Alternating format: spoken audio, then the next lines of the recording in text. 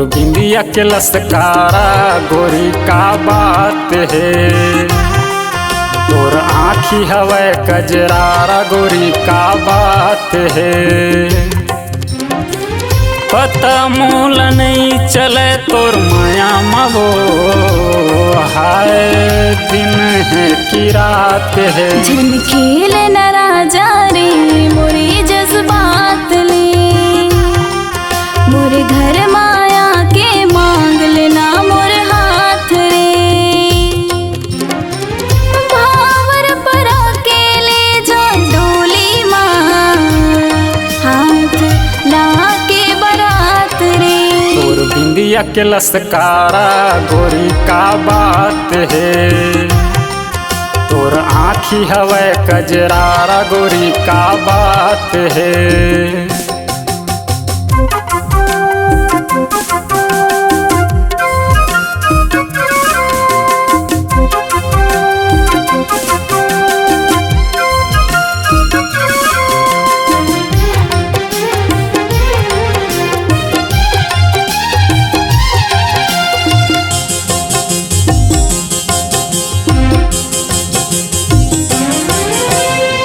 जब लेते आए गोरी मोर जिंदगी माँ बन गे मोर तकदीर।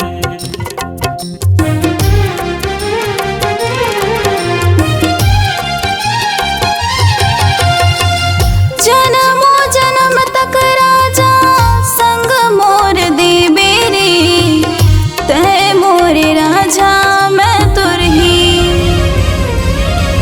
तोर कंचन काया देख के मन ललचात है। तोर दिल के बात हाँ खिले समझात है।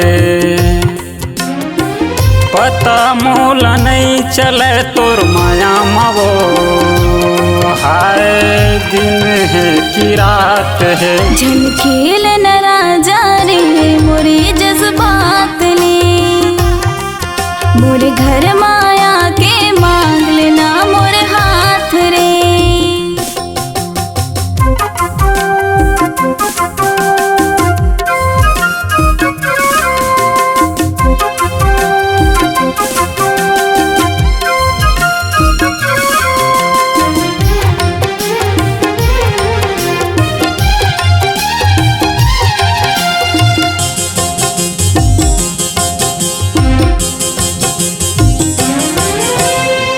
रंग बिरंगी फुलवा खोपा में सजाहूँ तोर बगिया के फूल चुन चुन के।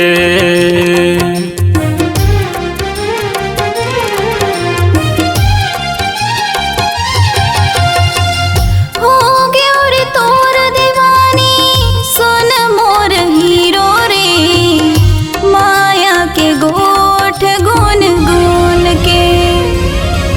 तोर होठ के लाली रानी हो सुड़ात है। तोर चाल गजब मतवाली दिल धड़कात है।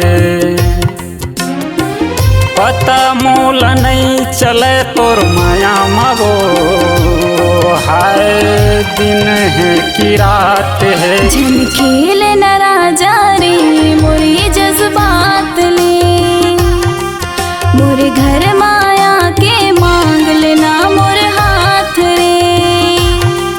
तोर बिंदिया के लसकारा गोरी का बात है।